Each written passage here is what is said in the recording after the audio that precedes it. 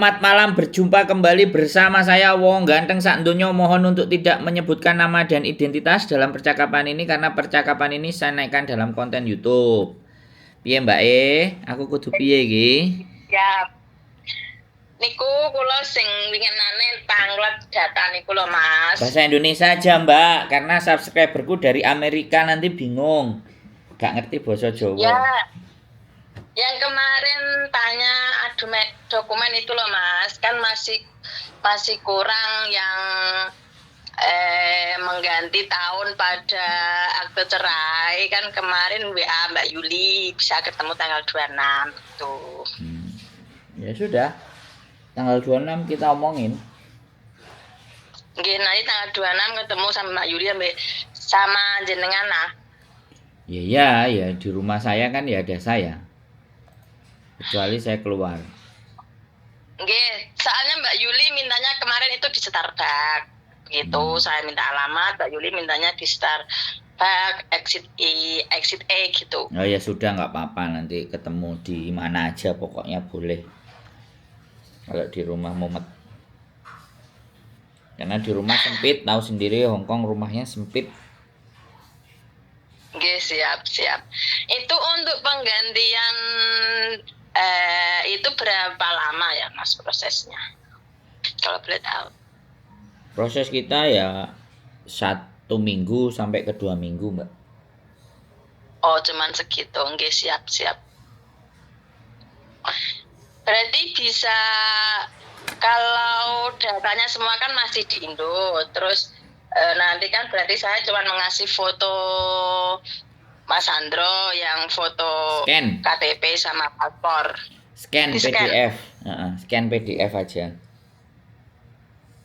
Berarti yang surat cerai juga dari Indo suruh scan dulu. Scan PDF nanti dicek dulu.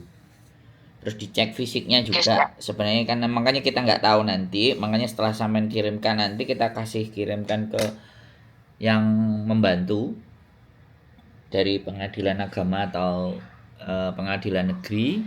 Dia cek segala sesuatunya, terus dibutuhkan fisiknya apa enggak. Nanti kalau dibutuhkan fisiknya ya kita kirim fisiknya.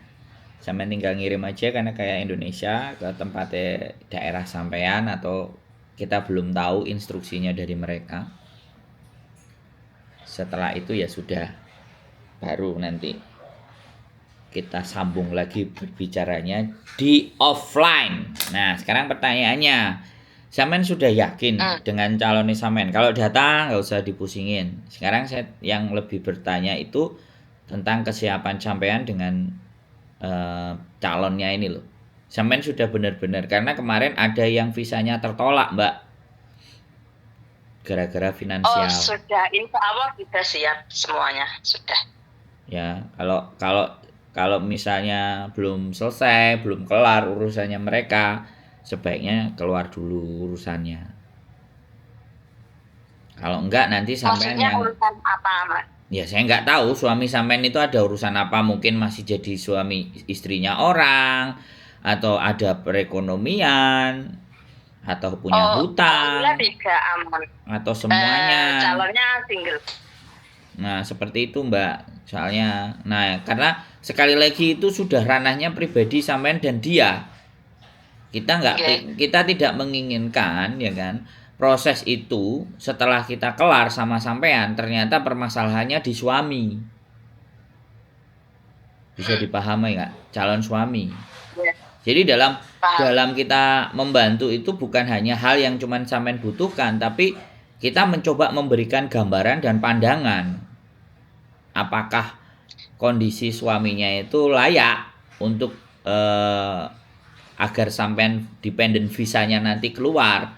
Karena istri saya dulu dalam menikah dengan saya untuk mengeluarkan dependent visa itu, istri saya hampir bekerja 2 tahun, kemudian MPF, ada bekerja yang ada MPF-nya, potongan MPF, kemudian istri saya menyimpan uang di atas 60.000 Hongkong dolar di tabungannya dia. Jadi hal-hal itu yang harus diperhatikan dengan pasangan, karena saya tidak menginginkan teman-teman saya ya kan menikah dengan orang Hongkong, endingnya visa dependennya nggak bisa keluar. Bisa dipahami nggak? Iya paham. Insya Walaupun Allah aman. walaupun itu urusan pribadi sampean, tapi saya menyampaikannya sejak dari awal, Ya, menginformasikan biar nggak salah kejadian, salah jalan dan semuanya. Karena ini menyangkut masa depan. Begitu ceritanya. Jadi saya harus bukan harus ya, saya seseorang yang pernah punya pengalaman dan ingin menyampaikan pengalaman itu, walaupun kadang-kadang aku ora butuh karo pengalamanmu Mas Andro. Aku cuman butuh iki, gak usah kakean ngomong mau kemtai seng. Ah, ada juga kadang-kadang yang seperti itu, Mbak.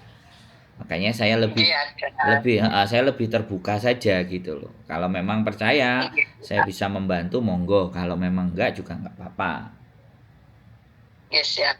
Insya Allah aman, guys. Soalnya dia pertama status single, terus kedua dia pegawai tetap di kantor MTR. Dia untuk slip gaji 30 up. Jadi insya Allah aman. Siap. Cukup yang ditanyakan hanya itu saja, Mbak. Sisanya kita bicarakan secara offline ketemunya. Ya, siap. Oke, ketemu tanggal 26, oke, siap. Oke? Oke, makasih Mas Andro. Sehat selalu, matur sembah nuwun. Assalamualaikum. Assalamualaikum. Waalaikumsalam. Oke teman-teman semuanya, menikah kembali ya, harapannya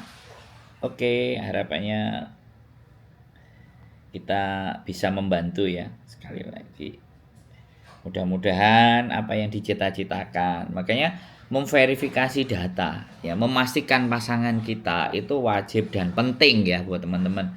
Walaupun sebenarnya cinta, kalau sudah namanya cinta, tai kucing rasa coklat. Tapi ini Hong Kong.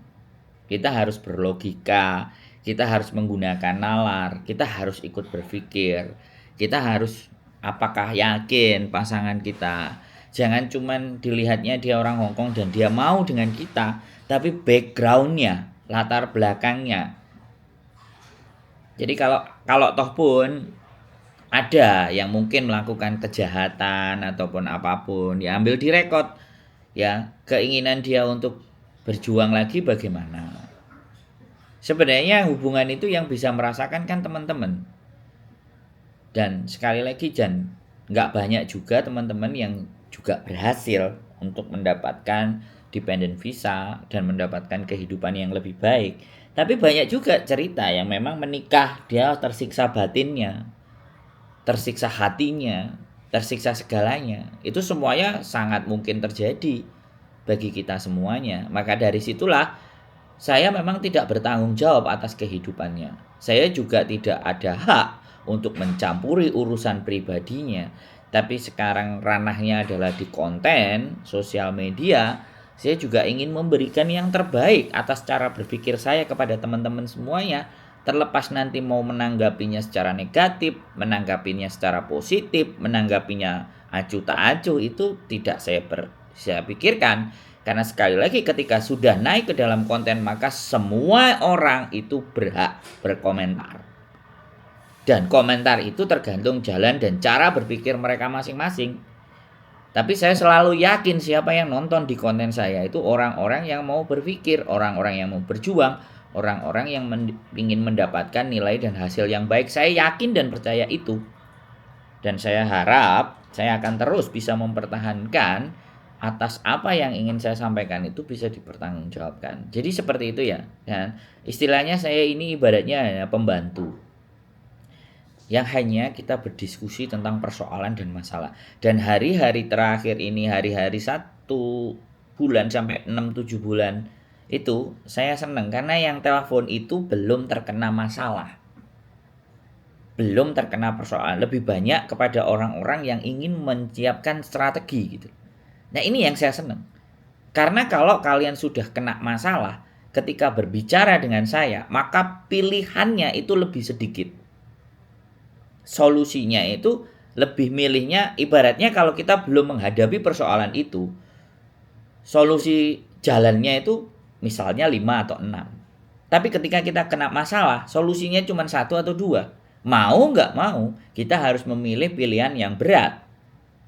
Tapi kalau belum terkena masalah, kita diskusi dulu, maka pilihan-pilihan itu akan bisa lebih enak, lebih memudahkan teman-teman. Jadi seperti itu ya buat teman-teman semuanya.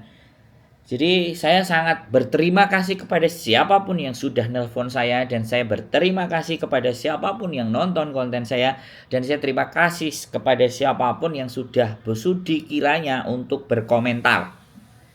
Sekali lagi saya tidak ingin mempromosikan silahkan tonton, enggak, dan silahkan subscribe itu bukan saya. Tapi kalau saya menyajikan sajian yang enak dikonsumsi, enak didengarkan, enak untuk bisa kita pahami, ya alhamdulillah. Saya tetap mohon bantuan doa buat teman-teman semuanya untuk terus berkonten, memberikan dan berkontribusi kepada persoalan-persoalan dan masalah-masalah teman-teman. Jadi mungkin itu saja, tidak ada gading yang tak patah, tidak, kesempurnaan bukan milik saya, masih banyak kekurangan, kadang emosi, kadang marah, kadang suara keras, yang menganggap sebagian orang saya ngomongnya kasar, yang keras, yang nggak lembut, yang nggak sabar, tapi that is my style. Itu adalah gaya cara berbicara saya. Tapi kalau kalian memahami isi dan apa yang saya sampaikan, insya Allah kalian akan bisa mengerti dan kalian bisa mengambil sebuah nilai. Itu saja dari saya. Keep stay tune my YouTube channel and see you next video. Bye bye.